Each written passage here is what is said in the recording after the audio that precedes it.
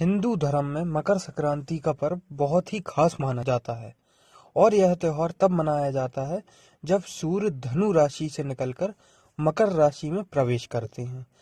साल 2026 में सूर्य नारायण 14 जनवरी को दोपहर 3:13 पर मकर राशि में प्रवेश करेंगे। इसी कारण मकर संक्रांति का पर्व 14 जनवरी 2026 को मनाया जाएगा। इस साल मकर संक्रांति पर दो शुभ योग बन रहे हैं, सर्वथा सिद्ध योग और अमृत सिद्ध योग, जो कि सुबह 7:15 से शुरू होकर अगले दिन सुबह 3:03 तक रहेंगे। इन योगों में किया गया स्नान और दान बहुत शुभ फल देता है। संक्रांति का पर्व सूर्य नारायण भगवान को समर्पित होता है और इस दिन माता गायत्री की पूजा करना ही बहुत शुभ होता है। पौष मास में सूर्य भगवान और भगवान विष्णु की पूजा करने से स्वास्थ्य अच्छा रहता है, उम्र बढ़ती है, मन शांत रहता है और शास्त्रों के अनुसार जो व्यक्ति सूर्य के उत्तरायण काल में देह त्याग करता है उसे जन्म और मृत्यु के चक्र से मुक्ति मिल जाती है और वह वैकुंठ लोक को प्राप्त होता है। इस कारण से मकर संक्रांति को मोक्ष देने वाला पर्व भी कहा जाता है।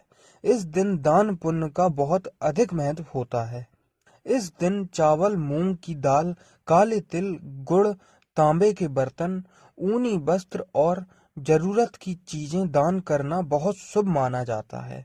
मान्यता है ऐसा करने से सूर्य देव और पितरों का आशीर्वाद मिलता है, जिससे घर में सुख समृद्धि आती है। साल 2026 में इस बार मकर संक्रांति के दिन एकादशी का योग भी बन रहा है और यह संयोग 23 वर्षों के बाद बन रहा है। माघ मास के कृष्ण पक्ष में आने वाली एकादशी होती है। छठ तिला एकादशी और मकर संक्रांति के दिन तिल के लड्डू और खिचड़ी खाने का विधान हिंदू शास्त्रों में है, लेकिन क्योंकि मकर संक्रांति के दिन इस बार छठ तिला एकादशी का व्रत भी रखा जाएगा, तो व्रती इस दिन नियमों के अनुसार अन्न का सेवन नहीं कर पाएंगे और न ही इस दिन अन्न से बने हुए भोजन का दान किया जा सकता है और विशेष तौर पर खिचड़ी, जो कि चावल से बनी होती है, ना तो उसका इस दिन दान करना और ना ही सेवन करना सही होगा। इसलिए मकर संक्रांति के दिन आप फलाहार का सेवन कर सकते हैं या फिर हरी साग सब्जियों का सेवन करके फलाहार का और साग सब्जियों का दान इस दिन कर सकते हैं। गुड़ का यह दक्षिणा का दान दे सकते हैं।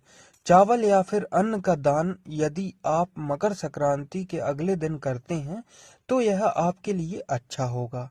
ऐसे में यदि आप चाहते हैं मकर संक्रांति के साथ साथ एकादशी का पुण्य भी आपको प्राप्त हो, तो आपको दोनों ही व्रतों का ध्यान रखना चाहिए। जान लेते हैं कि पुण्य काल और महापौर्ण काल के समय के बारे में। जो 14 फरवरी बुधवार को पुण्यकाल दोपहर 3:13 से 5:45 तक रहेगा। वहीं महापौष काल दोपहर 3:13 से 4:58 तक रहेगा। इन दोनों मुहूर्तों में आप दान पुण्य यदि कार्य कर सकते हैं तो 14 फरवरी को ब्रह्म मुहूर्त, जो कि स्नान के लिए शुभ रहेगा, सुबह 5:38 से 6:25 तक रहेगा। सूर्योदय होगा सुबह 7:14 पर।